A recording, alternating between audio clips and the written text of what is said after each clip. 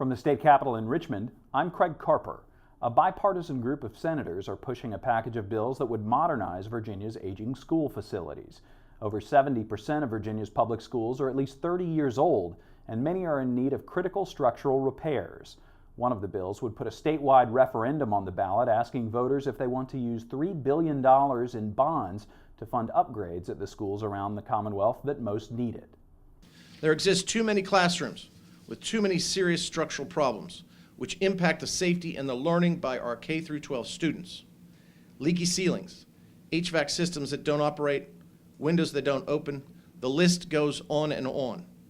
And it and the cost to repair it grow exponentially every day as we stand here and do nothing to fix it.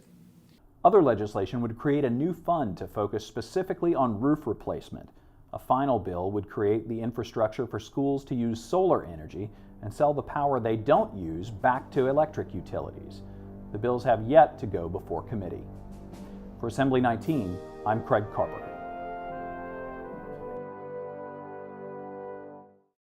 Broadcast of Assembly 19 is brought to you by the Virginia Education Association. An investment in Virginia teachers today will bring dividends tomorrow.